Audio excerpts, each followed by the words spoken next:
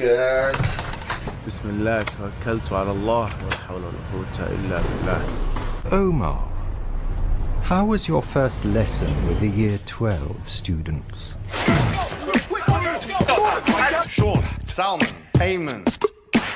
Get out.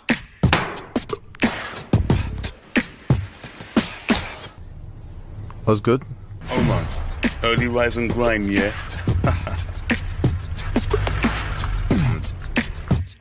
Idris, innit? Idris!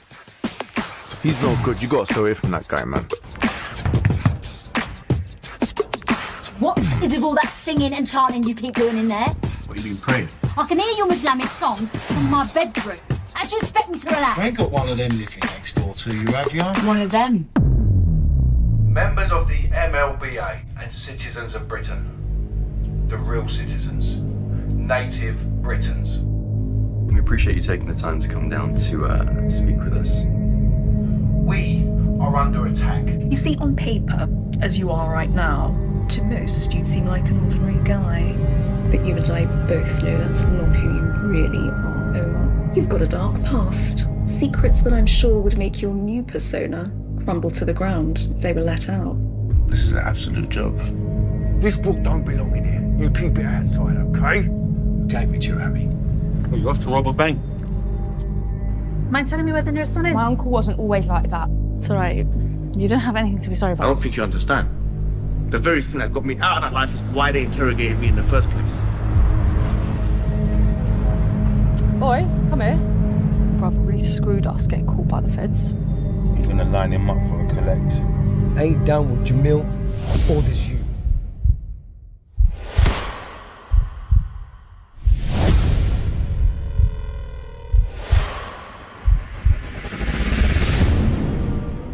Omar.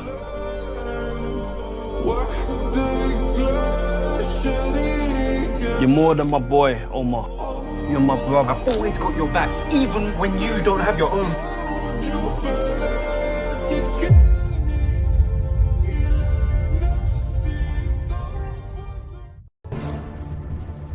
We talk to the legends of the creative and entertainment industries. We talk to those on the rise. Lance Dean Anthony Nielsen asks about the highs, the lows, and everything in between. This is Outcast Creative, and this is Industry Interviews.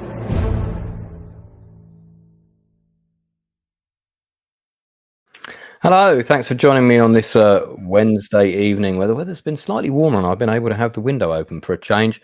Tonight's going to be a really interesting one. I've been looking forward to this for quite some time. I've got a fantastic independent producer coming in, Jamaal Richards. That's the trailer for his very successful web series. Not just him, but a whole team was responsible for it. One of many people who worked on it.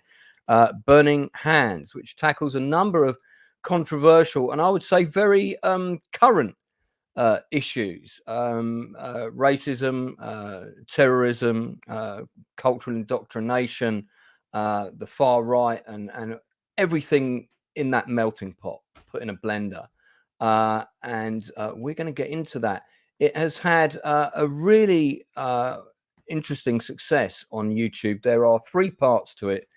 You can find it quite easily by doing a search for Burning Hands. I think I've got a link already down below. They're all on YouTube, available to watch completely for free. Each episode is about 35 to 38 minutes long, and we'll get into them in just a moment. We've also got one of the actors from the show coming in, who's a dear friend of mine, who's been on the channel before, and despite a restraining order being in place, he still keeps coming back. But we'll bring him on a bit later. But first of all, let me welcome Jamaal Richards, one of the producers of Burning Hands. And was this your project to begin with from Jamaal? Were you the kind of the key creative? No, actually not. It was a client who approached me, and basically his budget was extremely low for this production, I have to say. But because of the subject matter, we, myself and my partners, we just really wanted to make it happen. And I think that was like one of the biggest challenges ever, to be able to produce this production at this sort of quality for the price that was offered and accepted, which I hope you don't actually ask me what that was. Otherwise, I'll just make you have to guess. Well, I mean, in my experience, film producers and directors are always extremely reluctant to discuss their actual budgets and fees and so on. So I won't ask you, but I mean, you know, being a filmmaker myself and having watched the show and studied it quite intently, you know, I can tell money was scarce, time was scarce, all the things that you never have enough of. Before we come back to that, I'm going to ask you my standard set of guest questions, just so we get to know your creative journey a little bit better and the things that have influenced you along the way before you became a producer. You're also a writer and director as well. What was the first film that you can remember when you were young seeing on the big screen? Oh, on the big screen in the cinema. Yeah. Oh, it would have to be I forgot what it was called now. Sword in the Stone animated film. Ah, yeah, I saw that at the cinema. Yes. That got a re-release in like the mid or late 70s. So it probably was on the re-release. I'm yeah. What was the last film you saw on the big screen? The last film I saw on the big screen, it wasn't too long ago. Oh, Deadpool. Deadpool, okay. Deadpool and Wolverine. Yes. Yeah, okay. What British actor or actress would you most like to work with that you have not worked with yet? Idris Elba. Oh, well, you had a character named after him, so I could have guessed that. Yeah, that was. It was from the writer, not from myself. Idris Elba, Lenny James. I'm a big fan of him as well. His writing is amazing. Yeah, I love Lenny James. Yes. Same question: American actor or actress? It's got to be the great Denzel. Right. Okay. What about the females? On both sides, UK. Yeah, British and American. UK. Because I can't just have you mention all men, otherwise we're going to get in trouble. You got to have some actresses up at the top of their game. Definitely, Viola Davis probably in the States. I met her on the tube in London once. Get out of here! And I couldn't remember her name, and she was looking at me, and I was looking at her, and I was like, "I know you are." Oh man, amazing! I wanted to invite her to the play I was directing, but her name went completely out of my head, and I was so annoyed. UK, there are a few, but I'm very much intrigued by I forget her name. She was in Luther. She was the antagonist. I think I know who you mean. Yeah, her character, the nutter. Yeah. I can picture her. I'll get you her name in a second. What's a favourite film of yours that you like to watch at least once a year? Oh, okay. Well, I haven't seen it for a long time, but I'd watch it over and over again. And you're gonna laugh, but it would be Jane Eyre. I have to admit that is not what I was expecting you to say. Would it have been Ruth Wilson from Luther? I think that's her name. Yes. Yeah. She also played in Jane Eyre as well. Yeah. She's a cracking actress. My friend Nikki Amuka Bird was also in Luther. I must give her a shout out. Yeah. What is a film that you watch that you enjoy, that you consider to be a bit of a guilty pleasure? Maybe it's not widely regarded as a critic film masterpiece, but you like watching it. Amadeus, you got me there.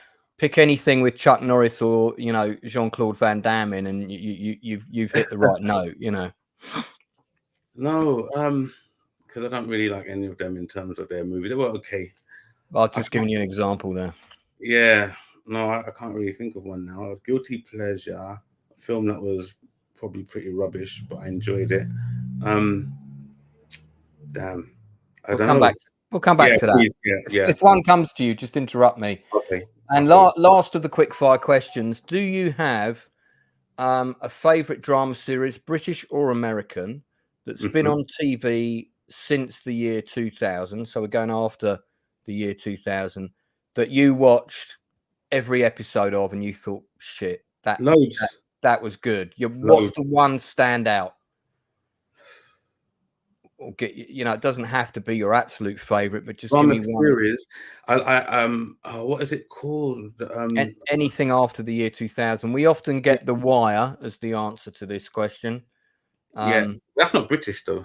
I said British or American. Oh, British or American. Yeah, British or American. Any drama TV series that was a full season or longer. My personal answer to this question is The Shield. Is my favorite. No, I thought Luther was amazing. I thought Sherlock was amazing. And more recently than that, there's that series to do with the cold cases, finding the bodies, and I forgot her name. She's an amazing actress. I've met her. I know exactly who you mean. Not The Missing. I forgot what it's called. Yeah, from Missing. Where she broke the fourth wall quite a bit, and like she's, you know, I just loved her character. Yeah, she's an absolute cracking actress. Actually lives in Highgate. Used to live around the corner from me, and I would bump into her all the time. Yeah. She just had a kid, and I'd see her with the kid, and yeah, really phenomenal television. So let's talk about you. Where did it all start for you? How did you first get into filmmaking and the creative arts? What was your gateway drug, as it were? Okay, so I've always enjoyed writing, and you know, I mentioned Jane Eyre a couple of times. That was played a sort of big part in terms of myself getting involved in the writing, because I remember as a child there was a TV adaptation, and I was really quite young, and there was a scene with Mr. Rossiter's wife, the insane one. She's creeping around the house, the rooms and stuff, and it was so eerie at the time. And I remember hiding behind the sofa, and you know, it really made me think about, you know, afterwards, you know, because obviously I wouldn't be able to sleep that night, so I had a lot of time to think about my experience. And you know, then I just obviously started to get more intrigued in you know, the horror genre.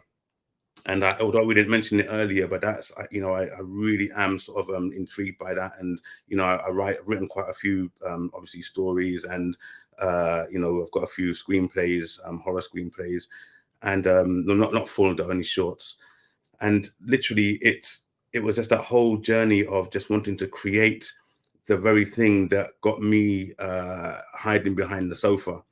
And you know, when you tell, like, you know, ghost stories and things like this, and it really does to capture, like, it really takes a part of your mind, you know, your mindset, and it just makes you very, very creative in terms of when you're trying to, you know, oh, I saw this. You know, people lie all the time, don't they? Oh, you know, I was sleeping last night, and you know, I saw this thing come in my room, and all that kind of stuff. And it, you know, your imagination is just going round and round, and you know, that's where you know, I think it sort of really stemmed from that. I think the first time I hid behind the sofa as a kid was when I saw the Daleks on Doctor Who. Oh, Cybermen were probably more scary than the Daleks. Yeah, I mean, it was, you know, it's one of them things, but man, they scared the crap out of me as a kid. You see them later and you think, what was all that about? But it was, you know, it was something. So what was your first plunge? I mean, for me, it was acting in a school play. What was your first creative endeavor, so to speak, even unprofessional, whatever? Well, actually, I was a musician. I was a drummer in my school band. And, you know, we did a lot of touring as a school band, even like internationally. We went to Denmark and a few other places. And then after that, after I left school, I continued in the music business for a little while. And then, you know, you start to write, don't you? So when you write songs, it was a case of, like, you know, not rather than just doing the typical love song, you know, we'd like to try to write something a little bit, you know, I suppose, like, more interesting. You know, it's not that it's not interesting love songs, but that's the dime a dozen, aren't they? Yeah, so that's where the creativity sort of came in writing that, and then, you know, the story writing continued as well from that time. So that would be my first endeavor, is like from the music business. Did you dabble with acting at all when you were younger as well? Because I mean, you play a little part in Burning Hands. Was that your first foray into acting? Well, I had done some stuff before, and but not anything serious at all. And what's the other thing? Basically, some of the stuff that I've written, I've got a couple of my own short films, which I've played sort of little cameo roles in there as well. But Burning Hands was like, something where I thought I could do a good job of being Mr. Diggs. And obviously he was a complete antithesis of who I really am. But I like to keep people guessing. So my friend was like saying, "Oh, no, that was like, that's not like you, Jamaal," that sort of thing. But I said, "Oh, how do you know that's not the real me?" But I think I did all right with Mr. Diggs because I got quite a lot of good comments about it. Yeah, and I think the sort of method acting, even before actually getting into the role, I was actually just really getting into the character and stuff like that. So, but that was my first sort of really serious, I guess, like role. So, where did Burning Hands come in your career trajectory, as it were? How do we get from you starting out to that project? Okay, so I have been running for some time a very small independent production company, which is called Nightscape Studio. Nightscape Studio is, my main clientele are sort of like corporate clients. A lot of charities come to me for like charity fundraising videos. Through that company, I've had the sort of privilege of traveling quite extensively around the world, because they sort of trusted me to go out there and capture work taking place on the ground in various countries. So again, for the whole time, the whole period, I always wanted to bring my my passion of writing to life. I've always wanted it to be something where I could just have my stuff on the screen, basically. And there's nothing better for a writer than to have like his or her work being manifested onto the screen or into a book. Obviously, the imagination is what really makes a book, right? A fantastic author and who can really get the mind going. But we want to see our stuff being published. So so a few years ago, I wrote my first film, short film. I've done no features. My first short film I wrote, produced, and directed. It was called Butterfly, and it was set around domestic violence in marriage. Right. What I did in this film is there's a film which I know what it's called, but you may not know this film. It's called Spider, I think it was. Spider, yeah. It's a British film. And the actor who was the antagonist in Mission Impossible, the English actor, forgot what, I don't know his name. I didn't know his name ever. But he plays this sort of very disturbed guy who he was domestically abused by his dad. I don't, maybe he even sort of sexually abused him. I can't remember. And he's really disturbed his character throughout this film. And I just thought it was like, when I watched it, people around me were watching this film thinking like, what the hell is this? Right. And I was just like really getting into it. I was thinking like, wow, this film is so deep. Right. It's called Spider anyway, but it was incredible. So it really sort of inspired me to write my film called Butterfly, and it's just about a lady and her daughter. They were suffering from domestic abuse, but what I did is I kind of I shaped it around into a horror film. So leading up to the said sort of demon or beast, I wanted the viewer to sort of feel that it was actually like a real horror, a supernatural demon. But then, at the end, we realized that it's this guy, the person in her life. But then at the end of the film, she has that strength and that power to, get him out of the house, basically, and it with the help of a hammer. I think the film that you're referring to is with Ray Fiennes. Yes, I think 2002. Yeah, I think it's this movie. So interesting to know these. It's always interesting to hear. David Cronenberg directed it. So Miranda Richardson. Wait, is that no? Wait, Gabriel Byrne. No, not this one. No, not this one. This is about abuse, and Okay. it's a pretty powerful movie. If you haven't seen it, you should. I will. But you know, what's that actor's name? So he, as I said, he's in he was in James Bond. He's not James Bond. Sorry, he's in Mission Impossible. Was he in the first Mission Impossible film? No. Much later, about 3 back.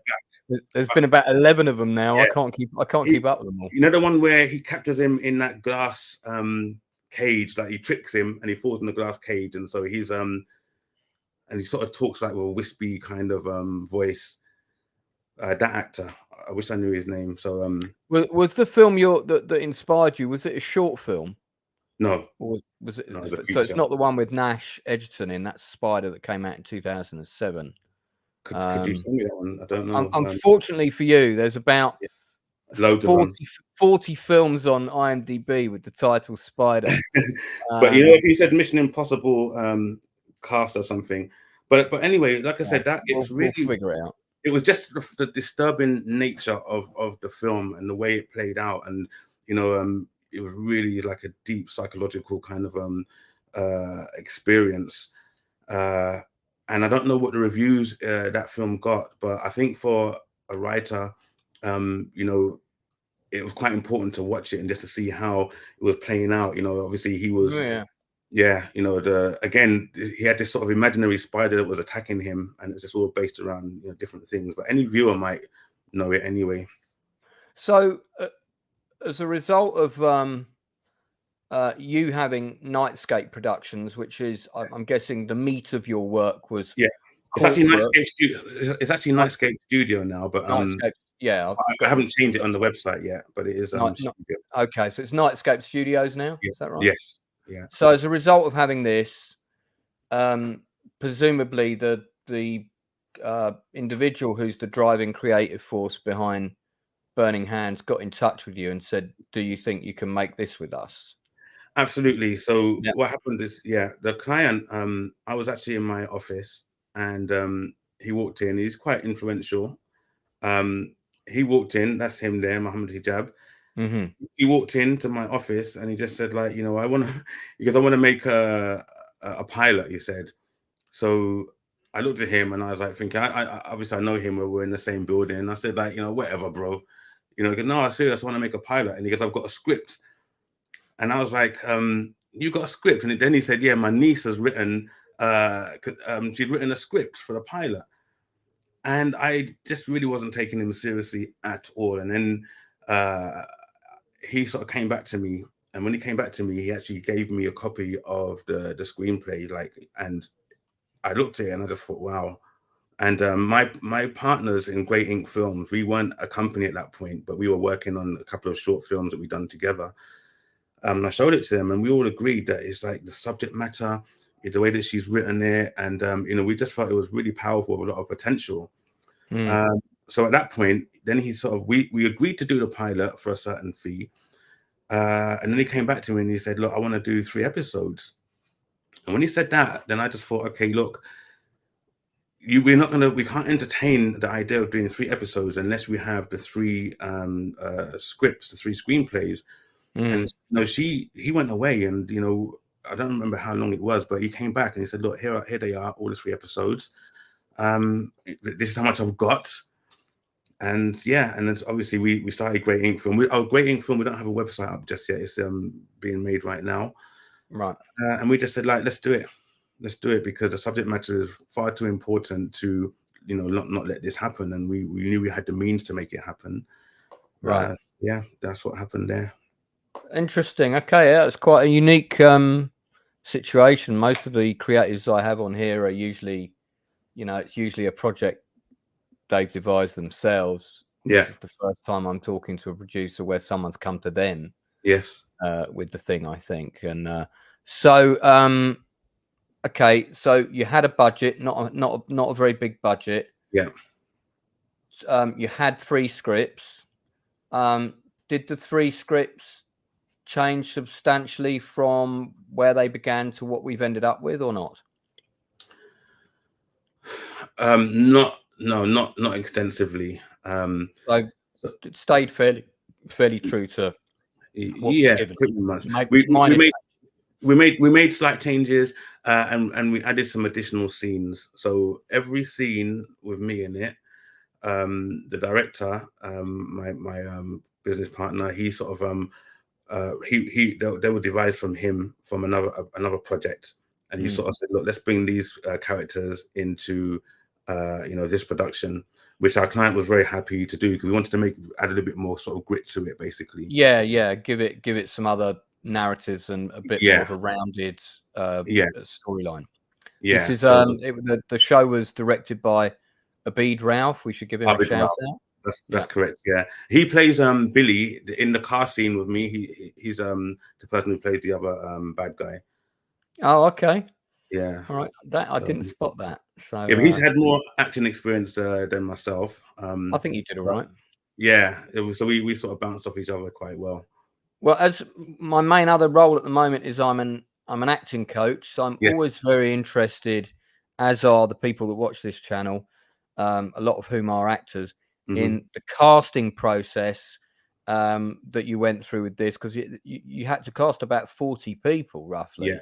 Yeah. I mean, some of them were featured extras, but there was a lot of speaking parts. You've got about 6 leads. You've got probably about another 8 to 10 supporting characters. Yeah. And then you've got maybe another 10 who've got one line. So this is a good time to bring in Dr. Evil. Here he is from his volcano base off Hawaii. It's my good friend, actor Darren Tassel, who is part of the show cards. We've done a whole industry interview about that, which is an alternative to Spotlight. If you want to check that out, it is in the industry interviews, which we did with my dear friend, the lovely Alex Ries. Great to have you back on the channel, Darren. Good to see you, mate. And I enjoyed watching your scenes in this show. Typecast again as a far-right racist. Well, I'll take it. I'll take it. But not only that, it's an important story, and I've got a multiracial family. So I like tackling these tough issues, because they need to be brought out into the open. They need to be dealt with. And my sister's Muslim, my niece and nephew's Muslim, my daughter's kids are Muslim as well. So it's an important story to me.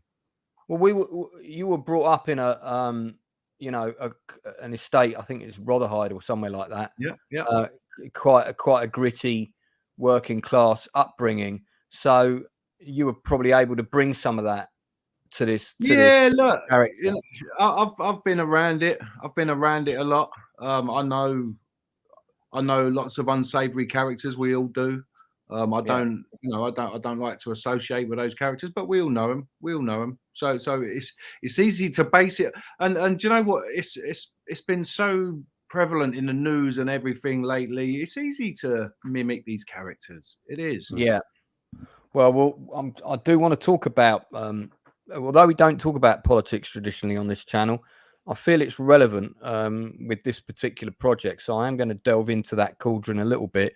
Before we get there, let's go back to the casting. So, Jamaal, you've got this script in front of you. There's a shitload of roles. The budget isn't very big. I'm guessing you didn't use a casting director. It was more hands-on your team. Yes. What did you do to get the actors for this production?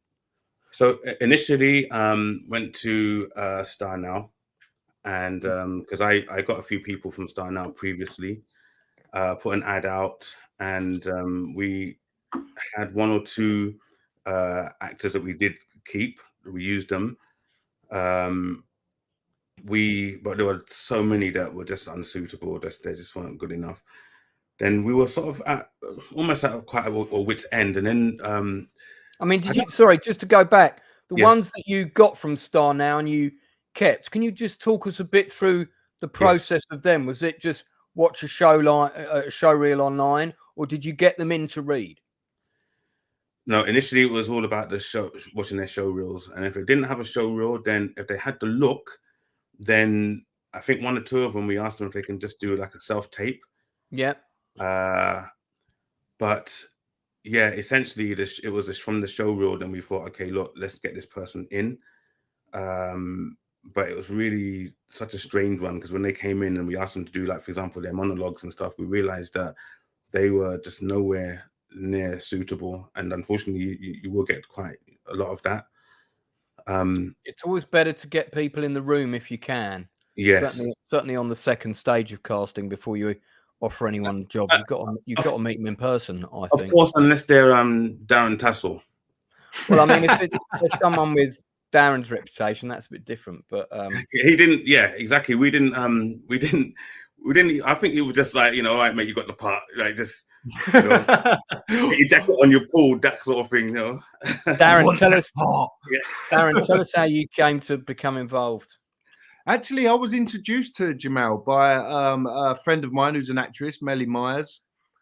She's a fantastic actress, and she said, "Listen, there's this project going on, and I think you'd be great for this role. Please get in touch with Jamaal." So we made contact. He had a look at my work. Obviously, he had a look at my V-show card, and saw in my Hardman V-show card, he saw exactly what he was looking for. So.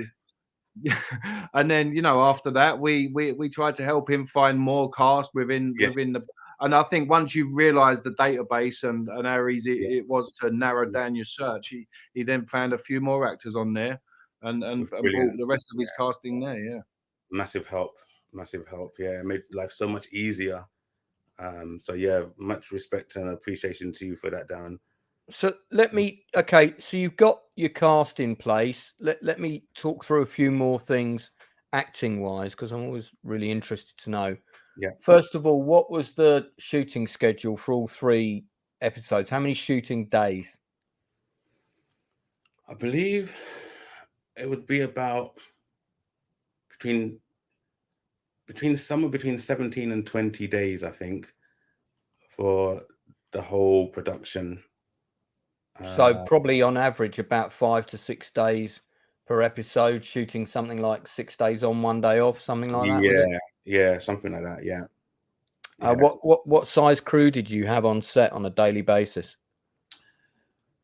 Let me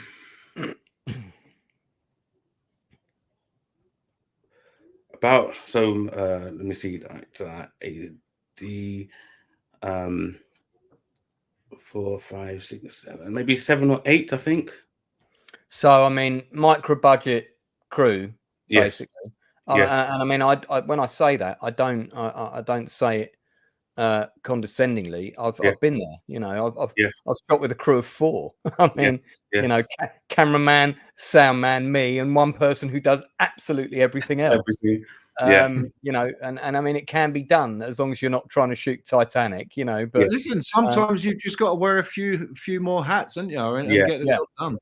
That's what we did. Listen, it is always better to have someone who knows their stuff each in their role, though. It's always better to have experienced people in doing the jobs they're experienced in, rather than us trying to take on too much. So coming back to the acting, with this production, did you have an all cast table read before you started, or was it literally just people turned up and shot their stuff? No, we had a table read. So you had a table read with everybody present. Yeah, and that was before Darren. I think you weren't there, Darren. So, no, I wasn't at that stage. No. Yeah. And what did you learn from that table read with the cast that you had as a producer, and what did you implement, if anything? First thing we noticed was how many of the cast knew each other from previous jobs. So that was really nice. So there was an instant kind of gelling between quite a few of them. With the rest, we felt, okay, look, there were some actors who are far more experienced than others. Sure. But it was okay for the roles that they were going to be playing. So, did anything come out of the table read where you felt the need to either recast or reposition people? Not from the table read, but from the audition. Right. Okay. Yeah. I mean, I give an example. Ottilia, who played Harriet, when she came to the audition, she's an amazing person. She came to the audition and she had auditioned for one of the agents, actually. So she was, but she was very refined the way she speaks and everything, really, really refined. Yeah, there she is. And But then we thought, okay, the only thing is she might look a little bit too young, and that's how she looked on the day. We thought she looked a little bit too young to play the female agent. I agree. I don't think that would have worked. Yeah, but she was too amazing to let go. Listen, So as Harry, she was fantastic. Yes, You know, you yes. just watch the clips. Everything Yes. about her performance was just exactly. bang on. I think she stole the scene. To be fair, Exactly, she did She absolutely. was amazing. You know, but what it is so because in that audition, we just felt, look, we can't let her go, right? You know, she's too young to play the agent. We can't let her go. And so her character, Harriet, it was originally meant to be a boy called Harry. Right. But then we just So- sort of like, we said, like, you know, how would you feel about, you know, doing it and then just give it a go? And then like out comes the accent, and then she just played it, goes, wow, that's it, bang. You know, she has to play her. And there was another incident as well with another actor, exactly the same thing. We recast him from the audition, and we were just really happy after that. Really, really happy. So on a typical shooting day, on the I assume you were on set every day as a hands-on producer. Is that fair? Yes. Would there be any rehearsals with the cast before a scene, or is it, you know, straight in, these are your marks, let's go for a take? A bit of rehearsal time beforehand. So so Abid, director, he would like take him to one side, get on with that. We'd use other people maybe to help with blocking a little bit until, you know, they could come along. But yeah, apart from that, I think again most of them just really knew their stuff. So I'm not saying they didn't require directing, because obviously in one way or the other everyone does, but it was just a case of that most of them were really good. I mean, I thought your cast is a bit of a pick and mix, but there were 4 or 5, particularly among the young cast, Yes, that I thought would, you know, there's some really good raw talent there. Absolutely. And as I didn't work on the production, I can mention names. Yes. The ones that stood out for me in particular were sorry, I'm just reading the list off of IMDb here. In fact, let me make it a bit bigger so I can see. These eyes are 50 years old now. They're getting tired. Mate. So am I. Still quite young then, those eyes. I thought Charlotte Reddy was very good. Yes. Absolutely. Fantastic. I really liked her. She felt very. I was a student at Anna Shares, and she felt like she was one of the Anna Share crowd to me. Can I just say, Lance, regarding Charlotte, she came to audition for another part as well. Right. And she's also quite well spoken. And we thought, right. So very against type. Yeah. How do you feel about being Jackie? And goes suddenly, like, Harry, you know, it just came out of nowhere, like, wow. So yeah, incredible. So you're right. They're doing the scene with them. Listen, when you work with such talented people, you up your game as well. You really do. Oh no, that's absolutely you true. Can't. Yeah, that's you know. So doing the scenes with these two was incredible, and it flowed and it felt natural. And like I say, they absolutely stole the scenes. They were amazing. Amazing. Yeah, I thought Dion Marcus was great. I liked Alistair Hawke. I thought Jeffrey Atame and Isaiah Bob Semple, all of them were, you know, great kids. And I just thought, I could see these kids going places. Nice.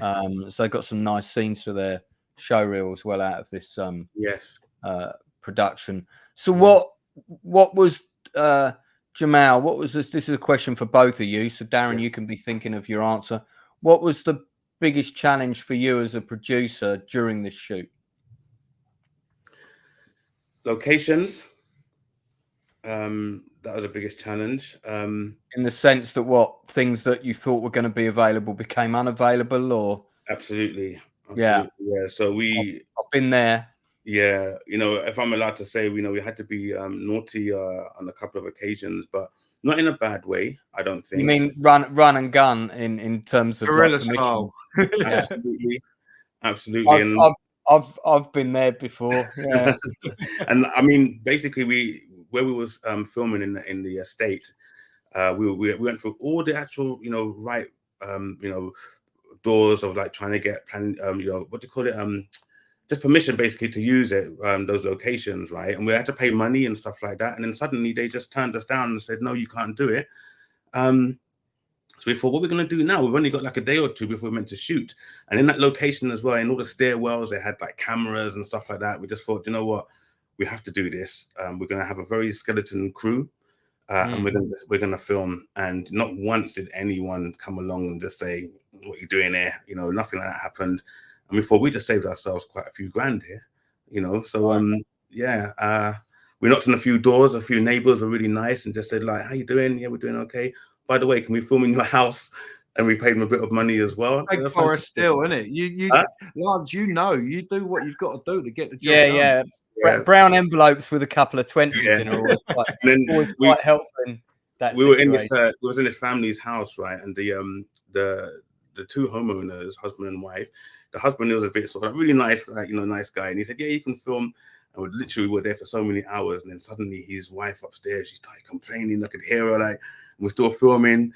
And I thought, wow, okay, we're gonna be in problems. So I had to put a bit of charm on with her.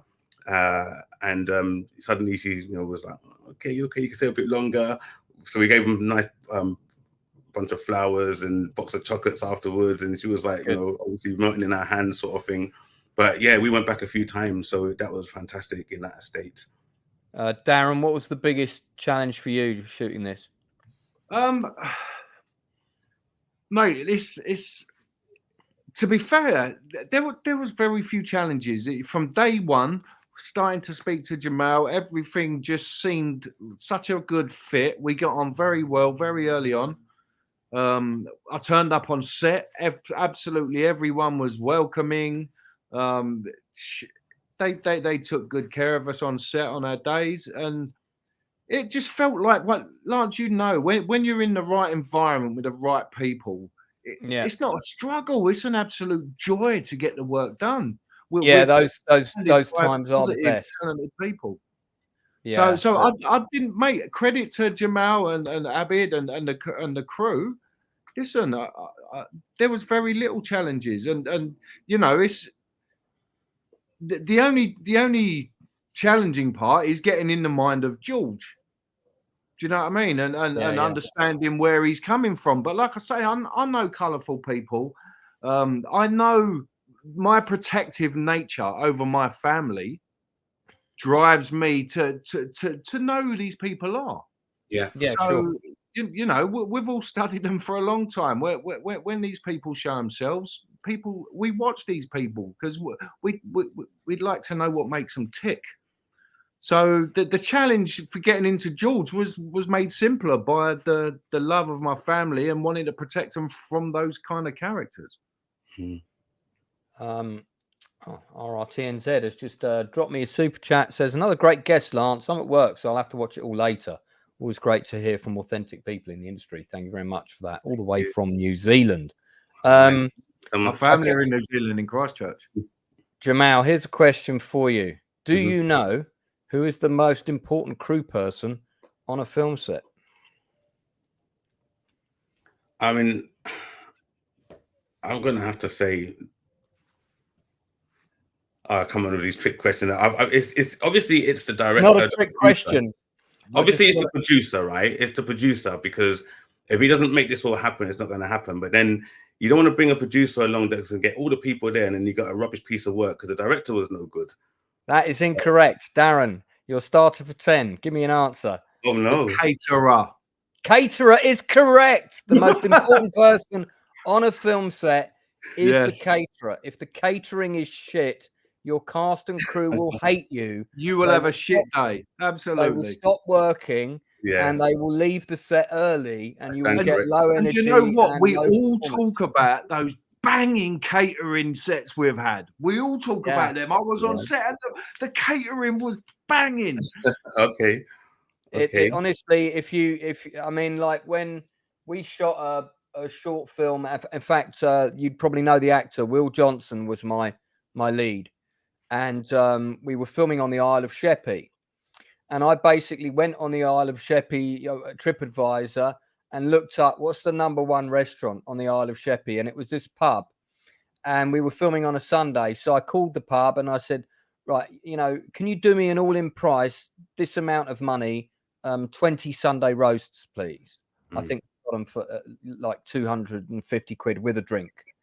And everybody loved it. And we shot one short film in the morning and a different short film in the afternoon. Wow. And all the people from the short film in the morning stayed for lunch when they heard there was a big lunch, and they were all very grateful.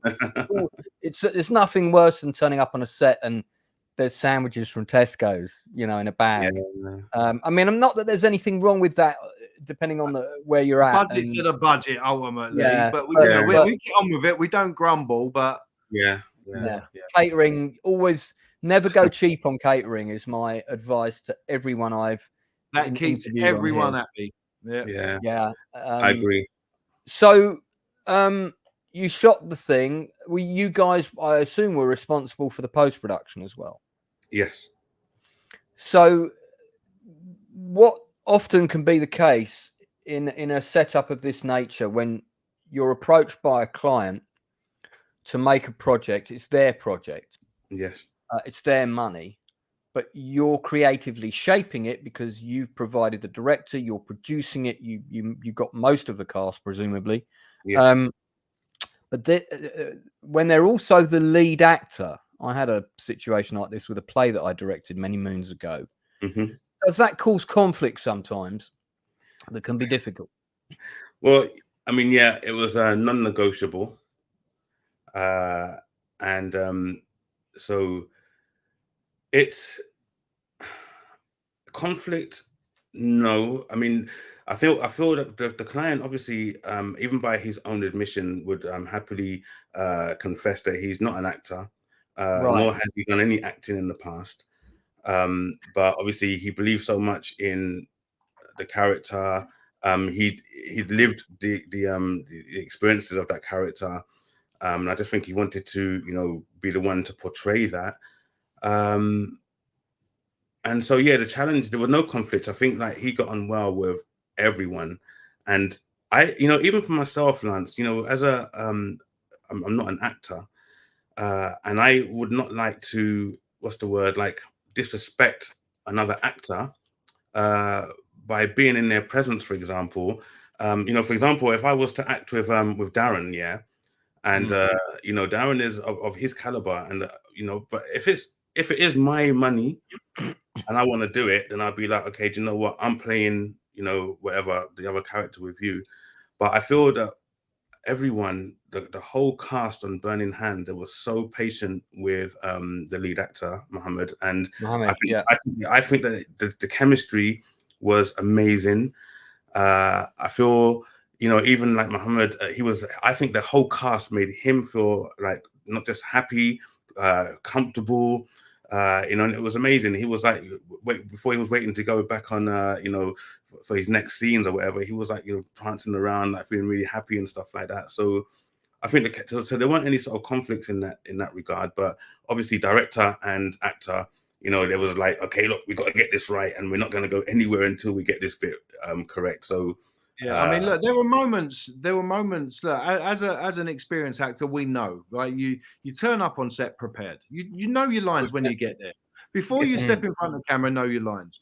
But look, these are the things. I was even talking to him about it, and Sarah and yourself said, if there's anything you could say to Mohammed, and I said, listen, learn your lines. Turn up on set prepared, mate, because that can reduce your budget. Because if you know your lines, you can bang out the shots in very few takes, and you can move on with the next, and move on with the next, and move on with the next. But when you struggle to remember every line you're saying, it becomes a drawn out process. Well, of course, it was very funny because he would turn up and then just say, okay, what we're doing then, so we would laugh. We know each other, so we'd laugh and say, are you serious?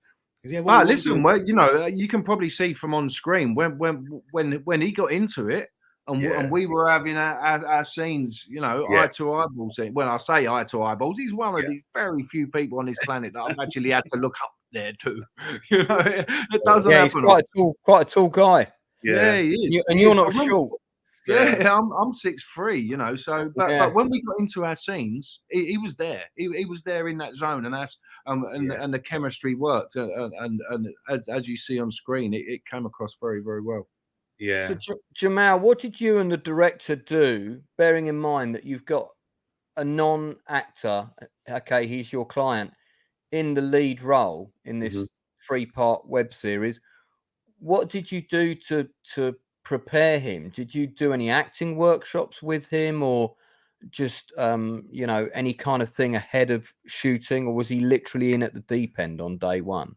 He is a very, very, very busy man, and we said to him that you're going to need to do some coaching. You know, we're going to have to coach you, and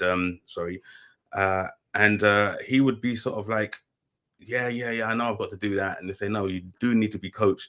But we couldn't tie him down for that, so literally send him to me next time. I'll sort him out. Certainly will do. I'll be coming along myself as well, because I'd like to do some more. But we yeah, mate, no problem. He is a very, very busy man. If you look him up, you know, just look him up and see the work he does. Yeah, it's extremely busy. But Abid, the director, he is an amazing director, and you know, the way that he was with Muhammad is very important. I mean, look, there are far more experienced directors than myself and even than Abid, but the director has to have that full control and respect from the cast to be able to do his job properly. You know, it was a challenge, but he just said to him, come on, you got to just sort this out. And it really, it's just amazing. It's just comedic just watching the two of them work together as well. But yeah, Abid did a really great job. Well, it's a double-edged sword, isn't it? Having a client who's your lead actor. So not only is he your boss, but he's also your employee. You have to coach to get the best out of. So yeah, it's a weird position to be in. Yeah. Before we move on to discussing a bit about the current state of things in the UK, which I want to tie into this because I think it's relevant. Yeah. I'd like to touch upon what was it I was going to say? It's gone right out my head now. It's so annoying. I wanted to get into. So you said the script stayed pretty much as it was. Yeah. This dropped on. It was always intended to be a web series on YouTube. Yes. Right? Yes. Okay, so I'm refocused now. This is good. Okay. And I mean, for you know, low budget web series on YouTube, this has got phenomenal views. Yeah. The views are in the 100,000. But this is why they wanted it on YouTube, because Mohammed Hijab, his channel, he's got over 1 million subscribers. Yes. Right. So he had a ready-made. He had a built fan audience. base. Yeah, Right. Absolutely. That's why it was important for him to be the lead actor in it. For his audience. Because I think one of the things that I found interesting when I was researching it was not just watching the episode, but also looking at the rather heated debates that would go on in the comments. Oh yes. Underneath, and I mean, you know, you'll get that with any content that tackles subjects like racism, clash of culture, all of those things, you know, terrorism and so on. We'll always have very divisive, and you know, you could scroll through here. I mean, don't get me wrong. The comments about the show are mostly positive, and clearly come from this fan base. But that's the fact that it was able to draw on such a fan base is nothing short of phenomenal. I think it's incredible that it's done so well, you know. And this is the opening here. I'll just pause it. Incidentally, I hung out of the window of this boat here on the filming of Marchioness and pulled a stuntman in from the River Thames. Oh wow! So yeah, that's a nuts experience. One of the few times I did a bit of acting. So you kind of knew going in then that this guy had 1 million followers, and it you know, this is where the project was going to go. That was already clear to you from the very beginning. Yes. Okay. It was already clear, and it was You obviously didn't really Go need on. to do any PR for it. You kind of just turned it over to him when it was done. Is that? Yeah. That's correct. Yeah, that's correct. Right. Obviously, we did the trailers for him, and but yeah, it was all about him. Just Even the shorts. If you have a yeah. look on his YouTube channel, even the shorts are killing it in the numbers. Yes, They're all absolutely flying. And Charlotte's stuff, I think, is in ridiculous numbers.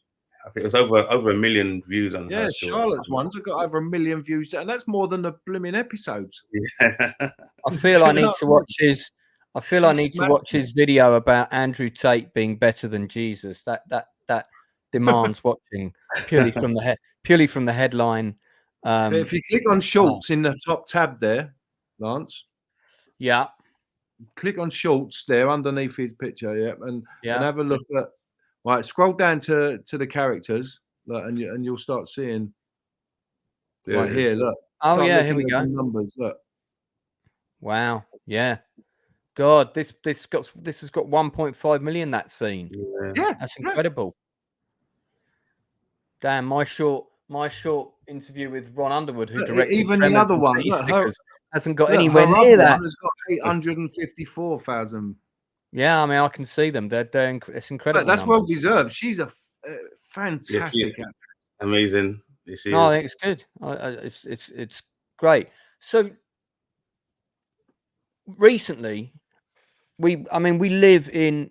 I wrote this big blog recently about going raving and how it's been amazing for my mental health. And one of the things I wrote at the beginning of it was, we live in these extraordinarily divided times. And I when I wrote a novel about, I think it was about First Diamonds in the Sky book, which I've got a lovely picture of Darren holding, bless him. I think I wrote that in 2014. And my preface in the beginning of that book is, the world is so divided. That's the introduction. And the world is more divided now, probably 100 times more divided now than it was then. It's like we're going backwards. Yeah. You know, we're socially as a race, we're socially going backwards, which is a real But then concern. look, but my worry is there. Obviously, look, you know, we were a very divided people, and then infrastructure and communication comes in, and then communication develops more technology. So the technology is making it too easy to be too close to someone and upset them. Nowadays, you know, I'm sure when God made man and made him survive storms and volcanoes and everything else like that, and to get us to this point where we're now scared of words, and words can offend you to the point where, you know, you're willing to press a button, mate. You're willing. I think he's on an extended holiday at the moment, has forgotten about the earth. But I don't know what's going on. The question I want to put to you both is this: is obviously we had the Southport thing happen, and you had this extreme reaction, which got, you know, partly hijacked by the far right. Yeah. But there was another thing that I noticed about, especially the protests on the first day. There were a lot of people from different ethnicities on those protests that were just outraged about knife crime and you know, various other things, and then it all got turned into something else. And I've realized this about a few arguments recently, particularly things like trans rights and stuff like that. It seems to be that the way that we're going is, you're either in this camp or you're in this camp. You're either a racist or you're liberal. You're either for trans rights or you're transphobic. There's no middle ground for communication, discussion, and nuance, basically. And that's, to me, is what I find upsetting. And it's this moral superiority that keeps getting enforced. And I just wondered, I want to hear from you both individually about how you feel about that, and what is the way my own thoughts on that, right? My middle ground is, I don't give a flying fuck what you choose to be. If that's what you choose to be, and that makes you happy, then all power to you. That I don't care. I don't spend my life nitpicking yours.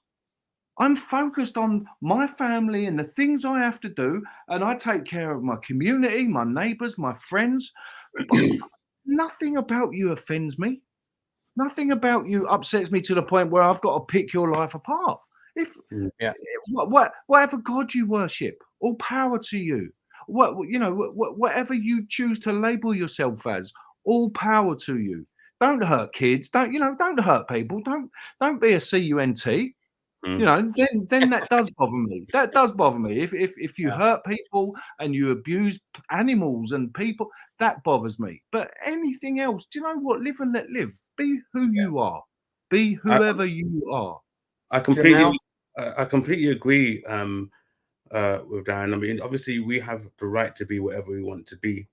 I feel that sometimes we are, getting pushed into corners. I mean, exactly like you said, Lance. You have to be either one or you have to be the other. Yeah. And I feel that some who have maybe been, they haven't experienced a past of being persecuted from whatever sector of the community. I feel that over a period of time, they almost, I wouldn't call it sort of like a revenge thing, but I just feel like people are getting pushed into a corner, backed into a corner, and just saying like, what do you think? Why do you think this? You don't have a right to feel this way, and whatever. So that means it doesn't allow someone to have the rights to have their own opinions. Yeah. So that becomes an issue as well. And in terms of the community, I've done a lot of community work. I actually I'm part of a Muslim motorcycle organization. It's called Dean Riders. I'm actually one of the founders of that. And we've worked with the community over many years, actually, since 2006. And one of my greatest sort of accolades is on two occasions. One is the famous Ace Cafe. The owner of that is a gentleman called Mark Willsmore. And is that the one in Hackney? No, it's in Wembley, Ace Cafe. Oh, okay. It's famous. It's from the 50s. It was like a very famous cafe, motorcycle cafe, bikers cafe. Okay. And so when the Grenfell fire took place, we were supporting that community. We did a lot of demonstration rides with the walkers. It was really amazing experiences, right? And we, again, working with the community, helping those at Grenfell. We had Mark Willsmore come along with us on that ride, and I invited him up. They asked me to speak as a public speaker. I spoke. We asked Mark to, there we go. We asked Mark to speak as well. He spoke. He was he was amazing on that day, right? And then the other accolade of Ace Cafe is there was a big, massive ride. It was for against motorcycle theft. It was a campaign against motorcycle theft, and they were riding. Yeah, that's so prevalent in London at the moment. Yes. Yes, you see videos on TikTok and WhatsApp of people just coming along, power saws out the bag, and then nicking the bike in a minute. And exactly. So there was this big, massive London ride to Parliament with a petition, and Ace Cafe, Mark Willsmore said, like, Jamaal, will Dean Riders marshal this ride? And I was the chairman of Dean Riders at that time. And it was just absolutely fantastic. I was so proud, all myself and all of the bikers on the outskirts, getting everyone into the Parliament safely. So this is so important, like working in the community, making sure that no one is left wanting, right? Yeah. No one is left wanting. So it doesn't matter what faith you are, it doesn't matter, what your background is whatsoever, is, what we expect from our government. Unfortunately, on many occasions, we have to have the mindset to want to do that or need to do that ourselves. And that's exactly what I've been doing over the years. So, we have to look after our community. So from my faith, for example, it says that we have a very, very big responsibility. And the responsibility is that we're supposed to be making sure that our neighbors, and listen to this, our neighbors 40 doors this way, 40 doors this way, 40 doors this way, and 40 doors that way, are wanting for nothing. Right. It doesn't say they have to be Muslims. It doesn't say they have to be Hindu. They have to be Sikh. They have to be atheists. No, they're your neighbors. Like, we have an accountability, So that's what's so important. So yes, we're entitled to believe what we want. whether we agree with it or we don't agree with it. But if we do start to, try to enforce something on somebody else, then it's not conducive to a happy community of any sorts, basically. I think you've hit the nail on the head with the word community. Yeah. Because the more we embrace each other within our local community, regardless of what sub genres of ethnicity or cultural backgrounds we come from, if you're all North London, you're all North London, or if you're all Haringey, you're all Haringey, whatever. Yeah. I just think that the more empowered you can be, the more you can achieve. I am a bit of an idealist. But then, Lance, what you got to understand is we're losing the sense of the word community. Nowadays, that's the problem. Communities, when we grew up, everyone left it. I know it's old cliche, but we did leave our doors open, and that's genuinely how it was. And I know it's not the old days anymore, but you knew every person who lived within 100 yards of you. You knew. Yeah, we knew everybody on our street pretty much. Yeah. Now, with the council selling their houses and then people making money on it and moving out. Nowadays, the sense of the word community is being lost. You've got the young kids stabbing each other because they come from a different postcode. For God's sake, I know it's yeah. I mean, one of the things the government shut down all the youth clubs. They stopped subsidising all the youth clubs where we used to go as kids and do activities, football, trampolining, play snooker, go camping and rock climbing with other kids from around the area. So we knew what community was, and that's being lost. One of the things I liked about the show, actually, and I dare say you had a hand in this, was you did sort of touch on that, youth being brought into crime, committing crime as a way of initiation and all of that kind of stuff. And I'll never forget. 1 year, I think it was 2017, if I remember rightly.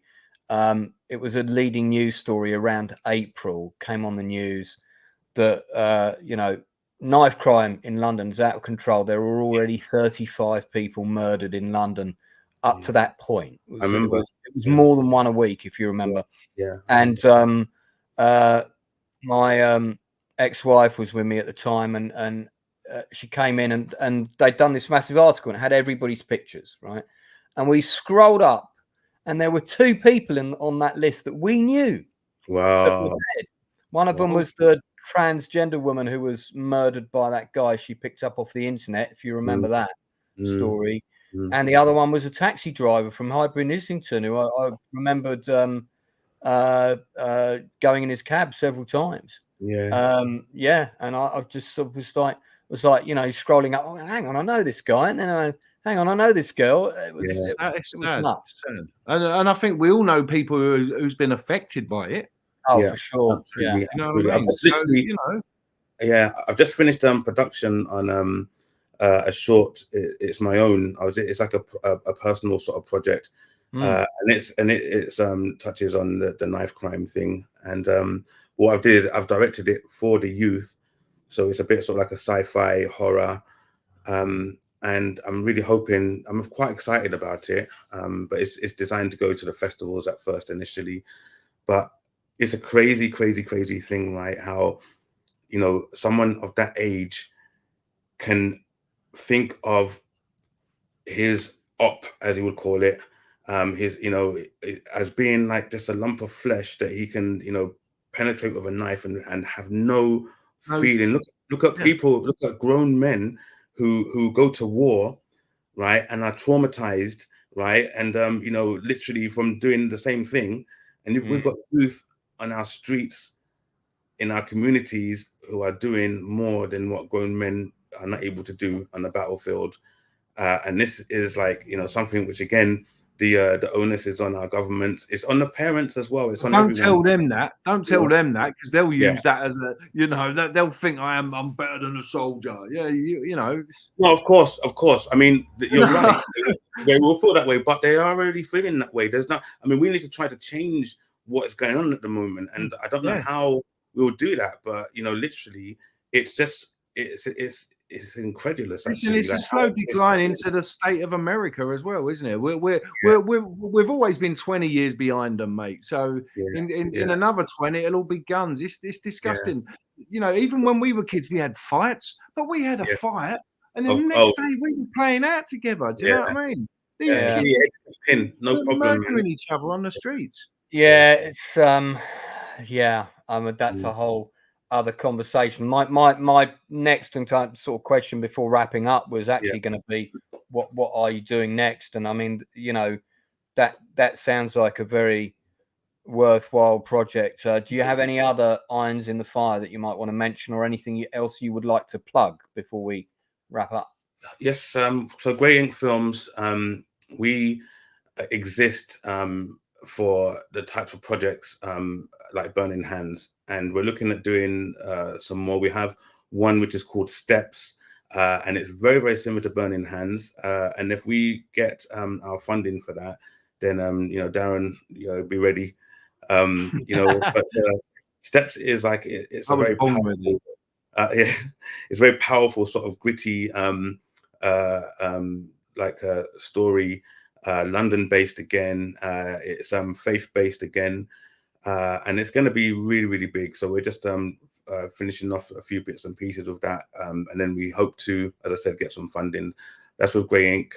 We've got a film that I'm working on at the moment for a client. Again, that's with us. It's a vanity project for this client, and it's really nice. It's about people in an elderly care home.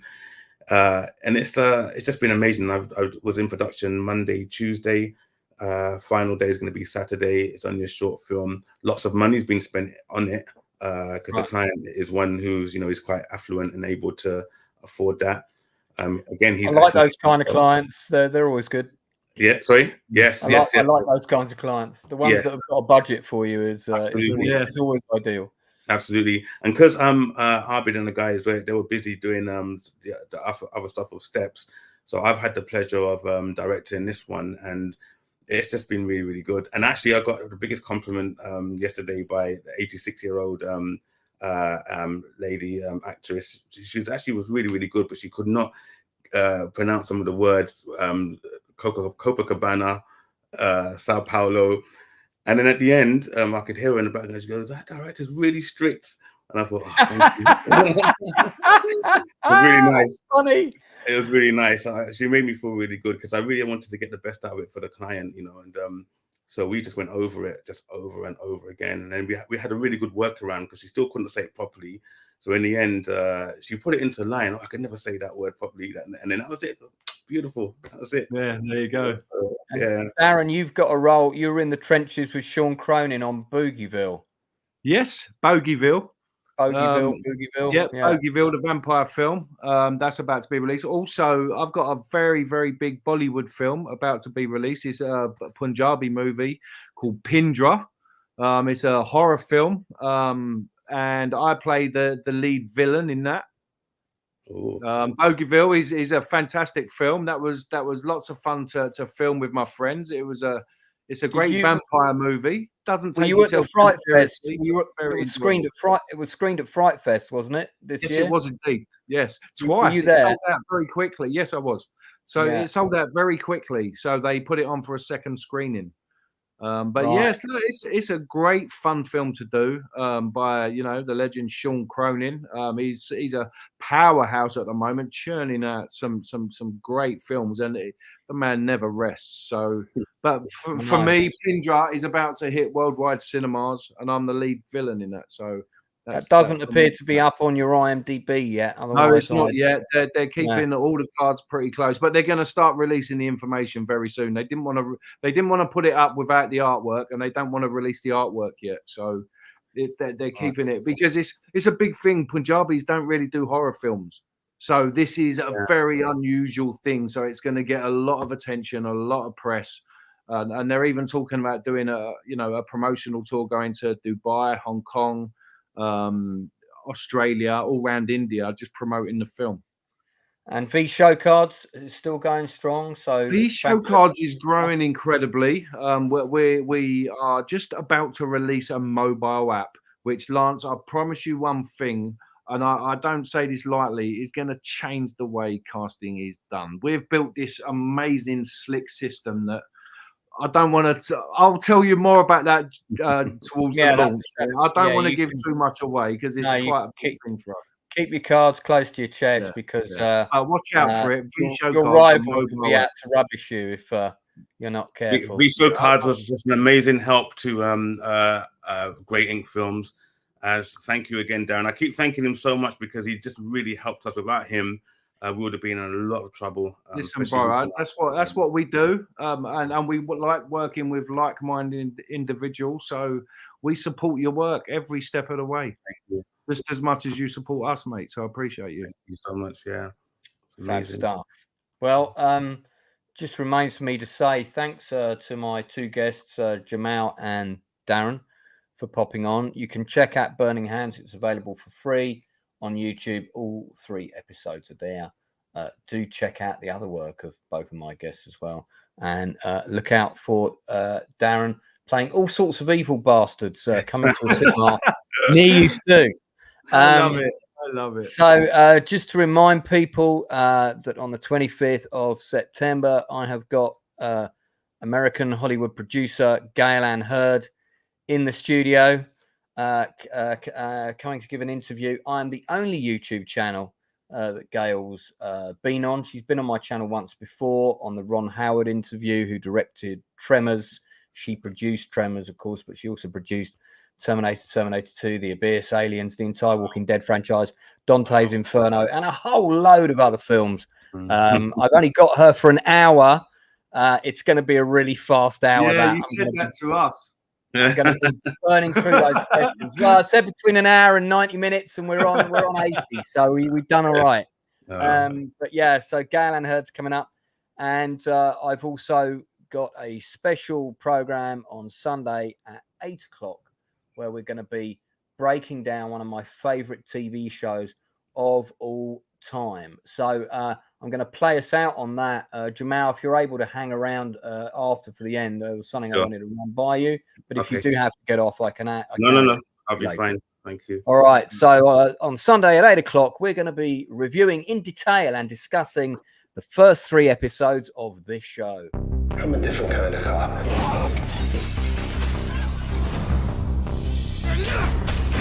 We knock down the doors other cops don't want to. Taking fire from every scumbag in town. They didn't earn it. I don't feel bad about taking it. All about bringing force down on the street. Why don't y'all take a look at what you got going on under your own roof? I never put the money above us. How long you think that's gonna last? I don't want Vic in our lives anymore. You're investigating me? Vic Mackey beats suspects. He deals drugs. And that's just all in one day. I wonder what he's gonna do tomorrow. Everybody down!